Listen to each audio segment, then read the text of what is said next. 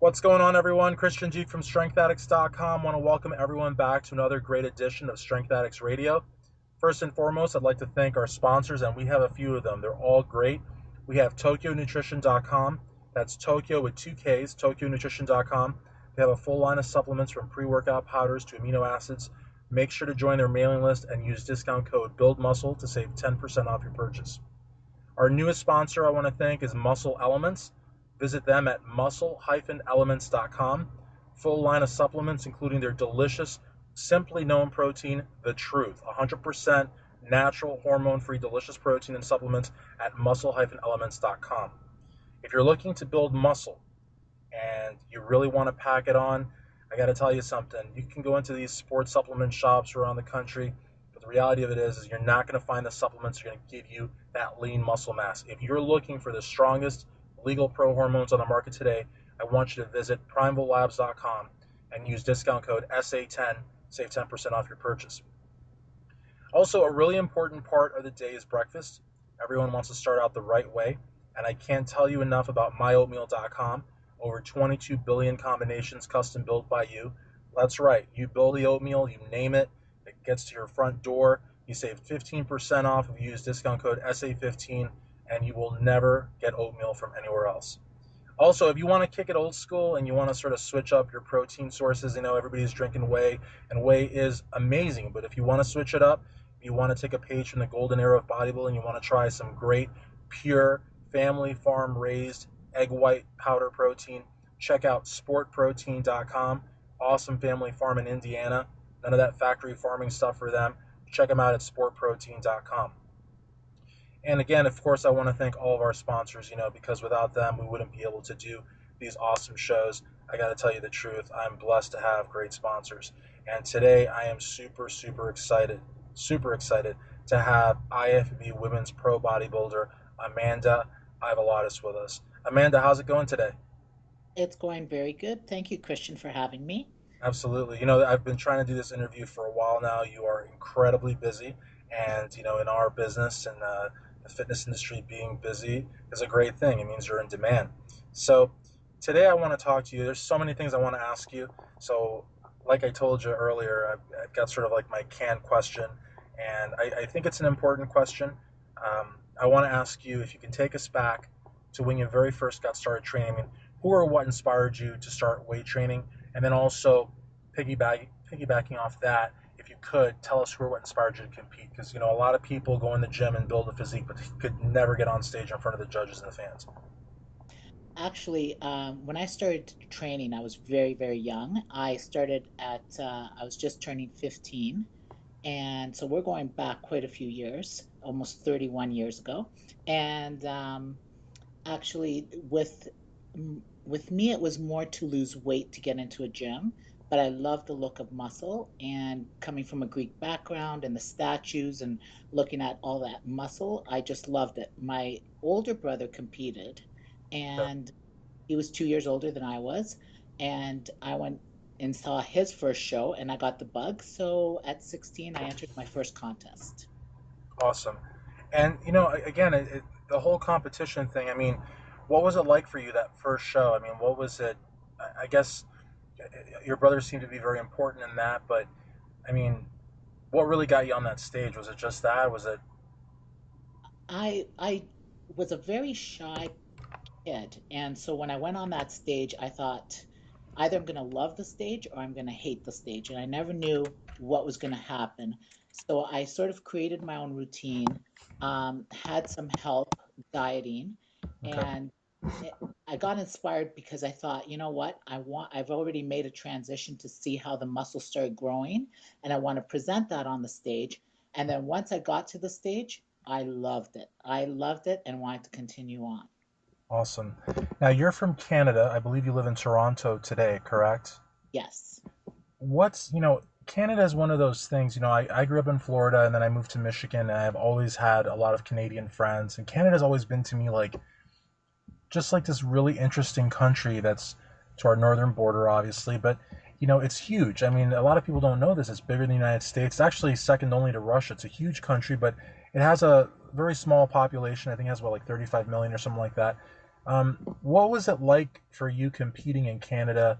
What was the vibe like, I guess? Was it sort of a close knit community, or was it, I guess, I don't know, such a large country geographically, but with such a small population? I guess I'm wondering what the vibe was like in the fitness industry there.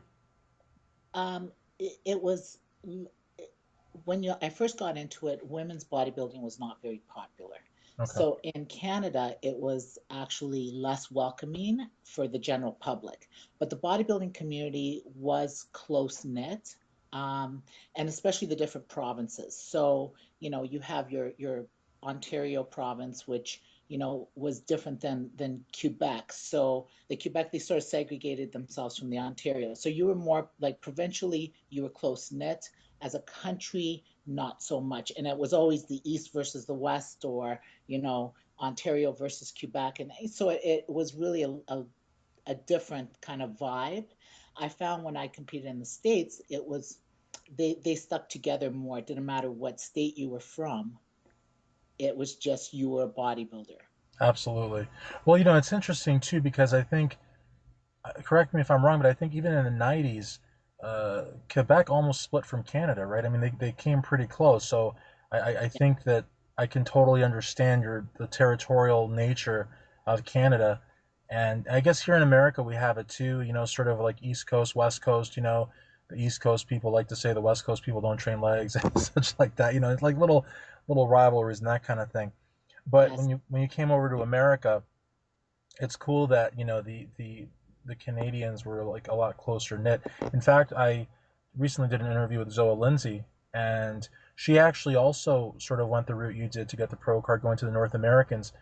Um, I guess before we talk about that though, what's the vibe like in the gyms though? Like you said, women's bodybuilding wasn't popular outside of the bodybuilding community, but what about in the gyms? Like did you? I feel like I still stand out in the gyms, which is interesting because they've gotten more popular with women having definition in their arms, especially with how movie stars like or singers like Madonna started coming out with more toned arms.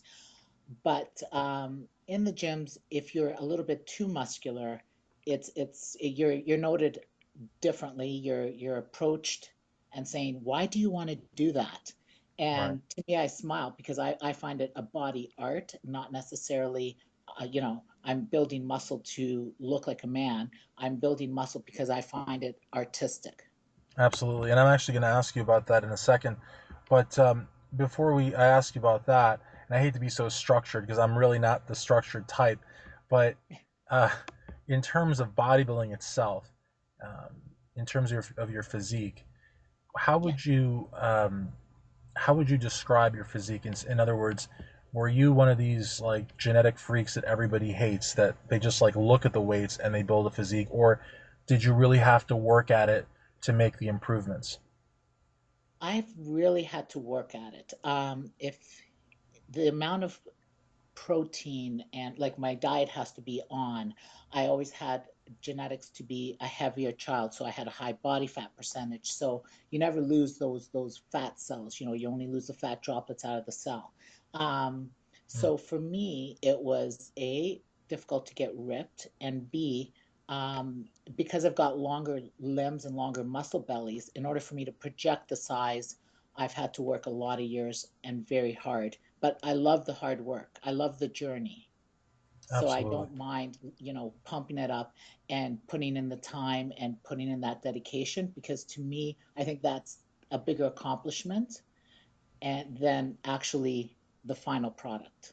Absolutely. And again, you've sort of answered it already, but I'd like to ask you, when you very first got started weight training, that time ago, how long before you actually, and I'm just talking about sort of those first uh, early improvements, how long before you saw something? Like how long after weight training did you start to notice changes in the mirror as far as your arms, your legs, or just your general physique?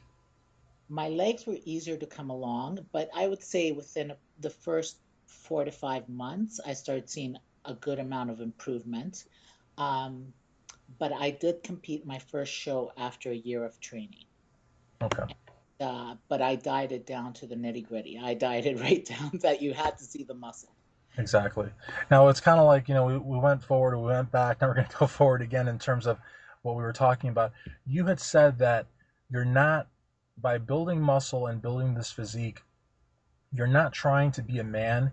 You are trying to portray art. And again, I think that's really important. I don't think that muscle has a gender. I don't think that it's masculine or feminine to develop a muscular physique. But some people, unfortunately, are either chauvinistic or hey, there's women too that are just have these preconceived little boxes that we all have to fit into. What's your approach to these types of people? I mean, to the men that give you a hard time, and to the women that may do so as well. Because I'm a personal trainer in Toronto, and I do run my own private studio, and I get all types of people walking in and wanting to get training from me. The first initial reaction from some of my referrals, like females would walk in and say, the first thing they would say is, just to get this straight, I don't want to look like you. And I start laughing and thinking, how silly of you, because it's hard to look at like me. So Yeah, my you should tell them, oh my God, well, I just woke up like this one day. Well, yes, actually, yes. I had somebody stop me the other day in the grocery store and say, "How did you get that?"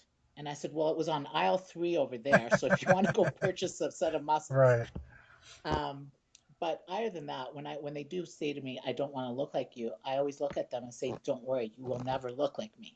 right. And they could take it as an insult, and it's not me being smart, it's just that there's a lot of time and work that's involved in it, and it's a very regimented sport that you have to be on with your nutrition, you have to be on with your training, your sleep.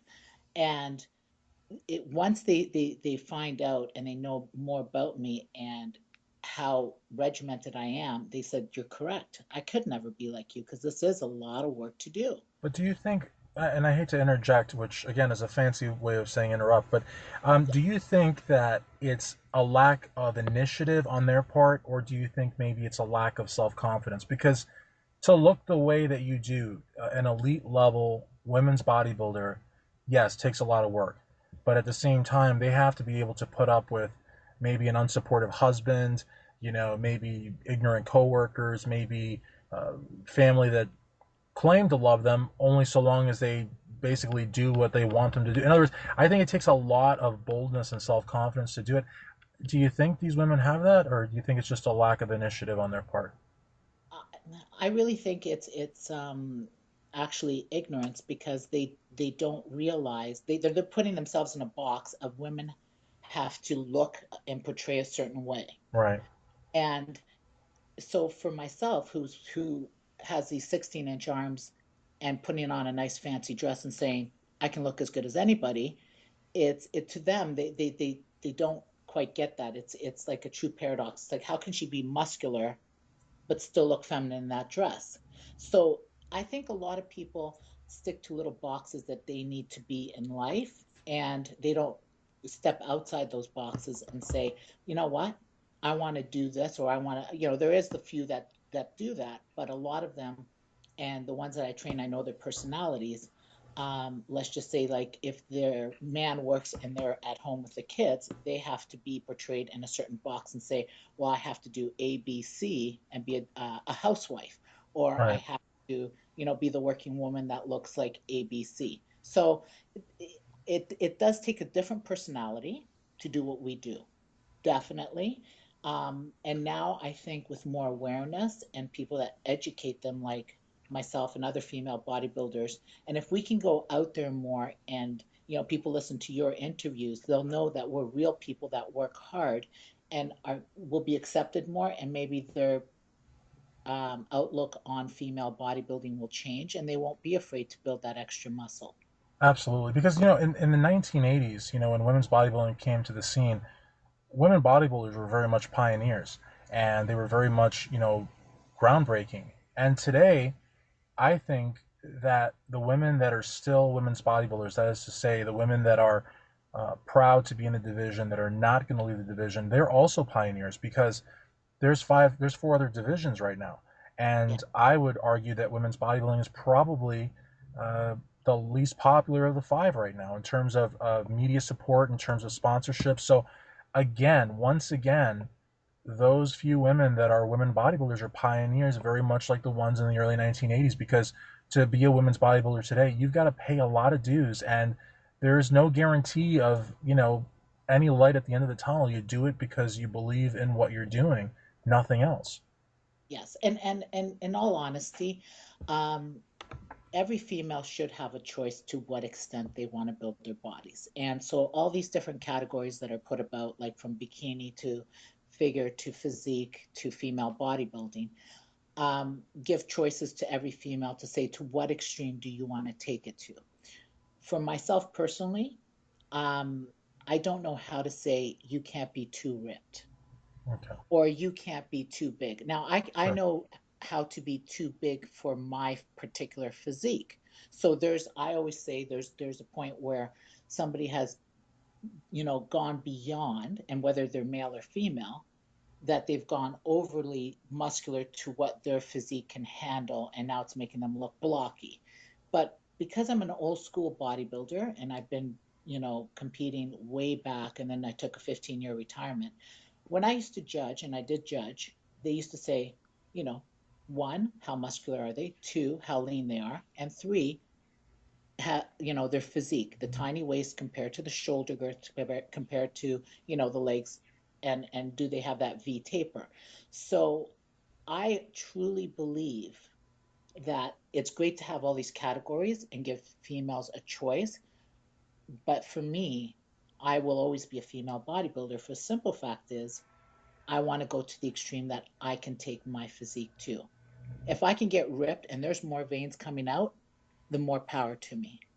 Absolutely, absolutely. And what I like too, and that would be a great spot to end, but I'm extremely chatty, so I have to throw in one more thing, but I will give you the final word, is that I appreciate what you say about the limit to where you can take your physique without being blocky. And more often than not, in the fitness industry, we only hear about the women. Oh, they're taking women's bodybuilding too far, or the women are going too far. When in reality, a guy could go too far too. Making himself blocky, or there are natural limits, and you want to be able to hit that natural limit, but you will know when to pull back. You don't want to have to pull back because of a judging criteria. So I totally understand. And in fact, I was thinking you're going to say something, but I think we're both agreed on that, right? Oh, yes, Okay, definitely. good. I got a little scared. I didn't hear anything. I was like, is she still there? But so that's good. Um, so I guess the one thing too that I think that in fact is very interesting as well is sort of the current state of affairs right now in women's bodybuilding. The Miss Olympia unfortunately is not active anymore. The Miss International was removed. Yeah, Tim Gardner brought in a great show, the yeah. Wings of Strength World Championships, with a ton of prize money. So big kudos to him for that. But what's your take as far as competitions go, as far as press coverage or lack thereof? What's your take on the state of affairs of women's bodybuilding today? I think honestly, with women's bodybuilding, we're going to be here, and there's some great people that have kept us going. Like, Melody Spetko is, got a little site for us, and that we can go to for female bodybuilding and questions, and just stick together as a group. And I think as long as the female bodybuilders can continue competing in shows like Wings of Strength and thank you to Tim Gardner because that was fantastic that he's doing all of this. Um, I think that we will be around forever, forever, and we do have a huge following. And this is what I couldn't understand because when I got back into the competitive world of female bodybuilding, I have a lot of fans, and I really don't feel I'm that popular because I just came back to the sport in 2011. So I can't. imagine what some of the other female bodybuilders and the fan base they have, and they're all very dedicated that want us to grow and put more size on and get as lean as we can and to see to what extreme we can take it to, and there's nothing wrong with that. So I definitely will think we'll come around again. And a perfect example is look at where women's physique was in 2011 and look where it is today. In 2011, there was no way that women's physique was as muscular as it is in 2015. So even the physique women are looking like female bodybuilders. The figure women are looking like physique women, and the bikini are starting to look like figure women. So everything is just moving forward. And so what's going to happen now? We're going to make a different category again. We will see. Yeah, I gotta tell you, you're so you're dead on. I mean, the reality is that yeah, I mean, Juliana Mollicarni this year winning her second women's physique Olympia. You know, if you were to, and I've said this before, I love Juliana. She's a beautiful woman, beautiful muscle. But if you were to compare her to a smaller women's bodybuilder like maybe a Nicole Ball or a Colette Nelson or Kathy Lefrancois or something like that, there's not a huge difference there. So again, it's getting to be very close actually, and They they wanted the physique women to look like back in Rachel McLeish, Corey Everson, all these old time bodybuilders that we once had, Lenda Murray, that kind of thing. Well, take today's physique, Miss Olympia. She is way beyond that. right. No, absolutely, absolutely. And talking shop here also, um, and we're talking going back in history and how the physiques have evolved. Um, who are some of the women bodybuilders that you look up to that sort of inspired you over the years, and or may inspire you today? I mean, you're obviously an IFBB pro now, and you're on the pro circuit, but I guess it's still possible for you to find other physiques pleasing. So, who would be some of the big names in the sport that really appealed to you over the years, really inspired you? Well, a lot of physiques have been great, and I've always looked up to them. But I'm kind of like the old time bodybuilder that loved Anya Langer for her shoulders and Juliet Bergman for her overall physique. So I guess I come back in the '80s, and now I'm showing my age. But people like that really inspired me to go further beyond.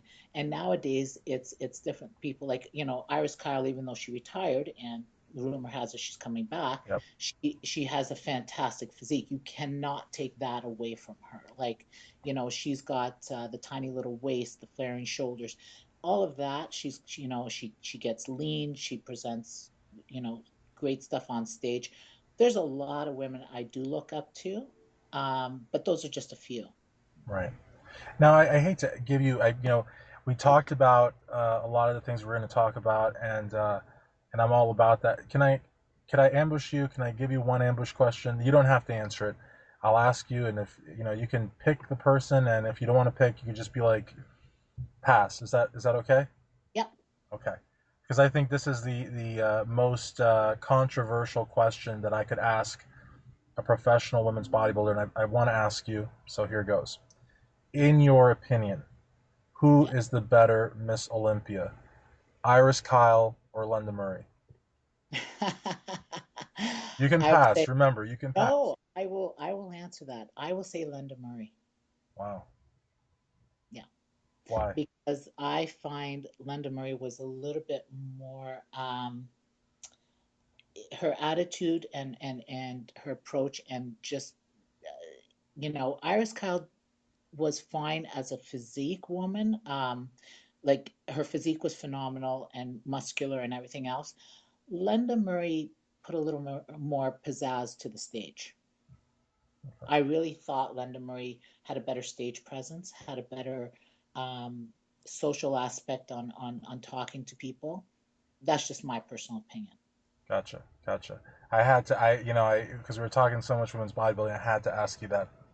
And so now, one of the things, sort of changing gears a little bit, is I want to ask you. I think we're both in agreement that women's bodybuilding is going to have a renaissance. It's going to have another heyday. It's going to hang on, and it's going to be here with us forever, God willing. Um, if there was I don't know, a future women's bodybuilder, a person listening to this that wanted to compete in women's bodybuilding, what advice could you or would you give to them as an IFBB pro?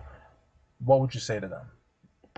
I would basically say, um, number one, build a physique that is not too big for your body frame. Number two, the sky's the limit. Don't let other people influence you of what you should do with your body. You are the artist, you're the painter. You paint the portrait that you want to portray. Um, and number three, when you go on that stage, be happy that you're there. If this is the best you ever looked, then you've already come out a winner. It doesn't matter what seven people in front of you say or 10 people being the judges. You can always improve and you can ask their advice. But if you've made that improvement and you never expected your physique to be looking like that, then you've already come across as a winner and continue improving every year. Absolutely, absolutely. And as far as to twist it a little bit, just a little different direction, what would you say to women that, and this is really a little different, but what would you say to women that are on that national level, coming so close to that pro card, but just not getting there? And I'm going to mention one person in particular that I think the world of. I don't know if you know her or not. Her name is Kate Cooper, and she is a phenomenal women's bodybuilder, and she's just come so close. She's kind of like my friend Joe Thomas, uh, Yeah. who just phenomenal, phenomenal, phenomenal athletes. But they just, and they're, I mean, you know, and you know this, Amanda. Like if you're in the top three, top Mm-hmm. five or top three, and you know, and you were a judge. I mean, again, what can they really do? I mean, there's really nothing drastic they can do because they're, you know, they're in that top group. What would you say to the to your fellow competitors from the amateur national level that you know they're still not there, but what would you say to them? I would say persistency always pays off. And it's happened to me. I've won the North Americans more than once, missed the overall, and my day came. So just continue and always come back looking better. Because when you come back year after year with more improvements, the judges will have to notice you. Will have to notice you.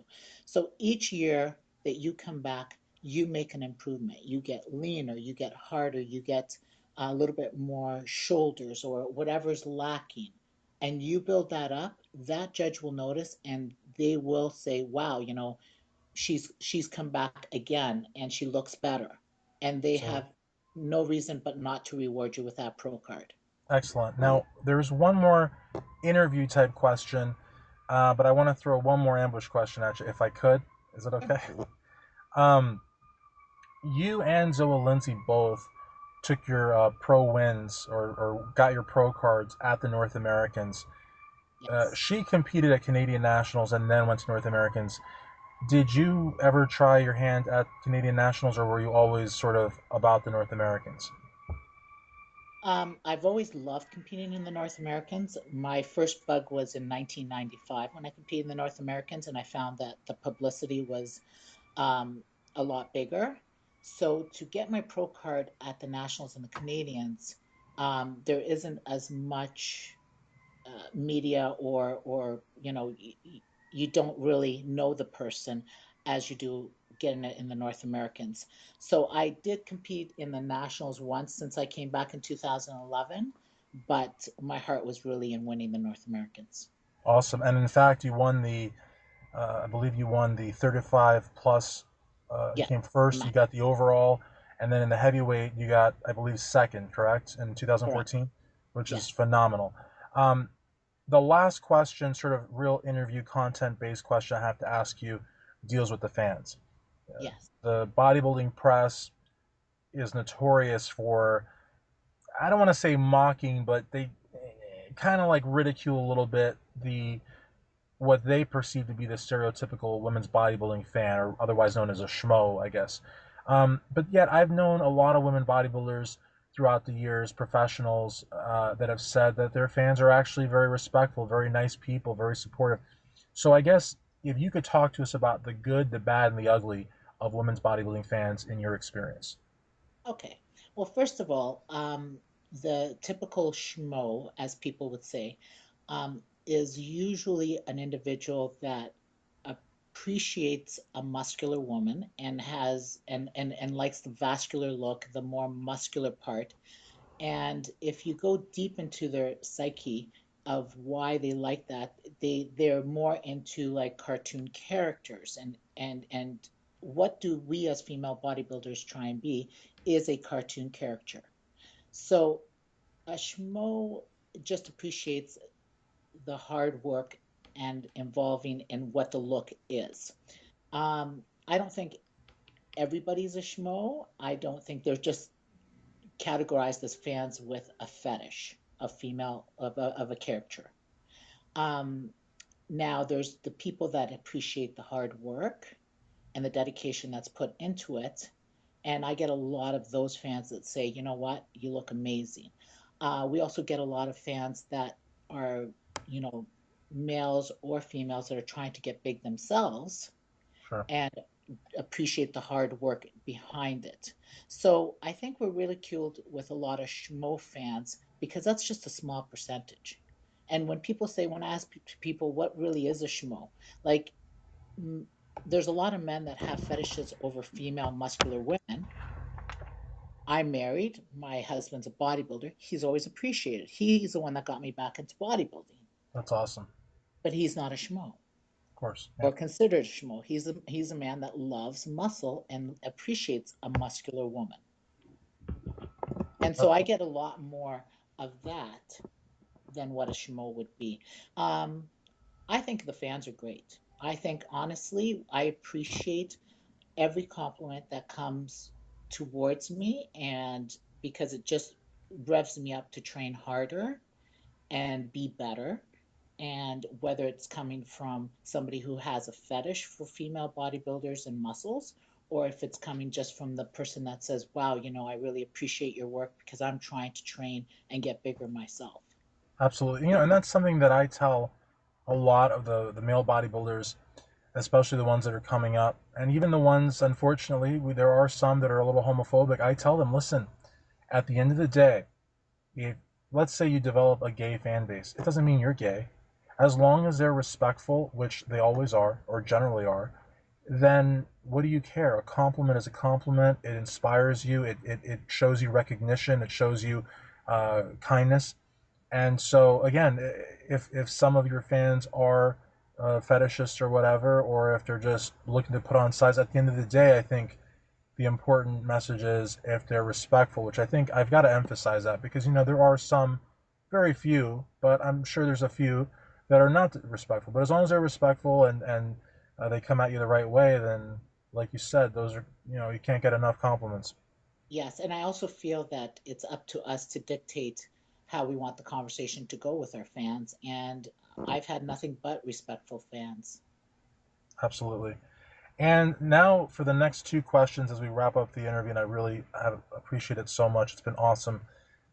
If people want to stay up to date with you, because now social media is just undeniably key, where can people go to do that? Website, Facebook, Instagram, Twitter, YouTube, whatnot. Sure.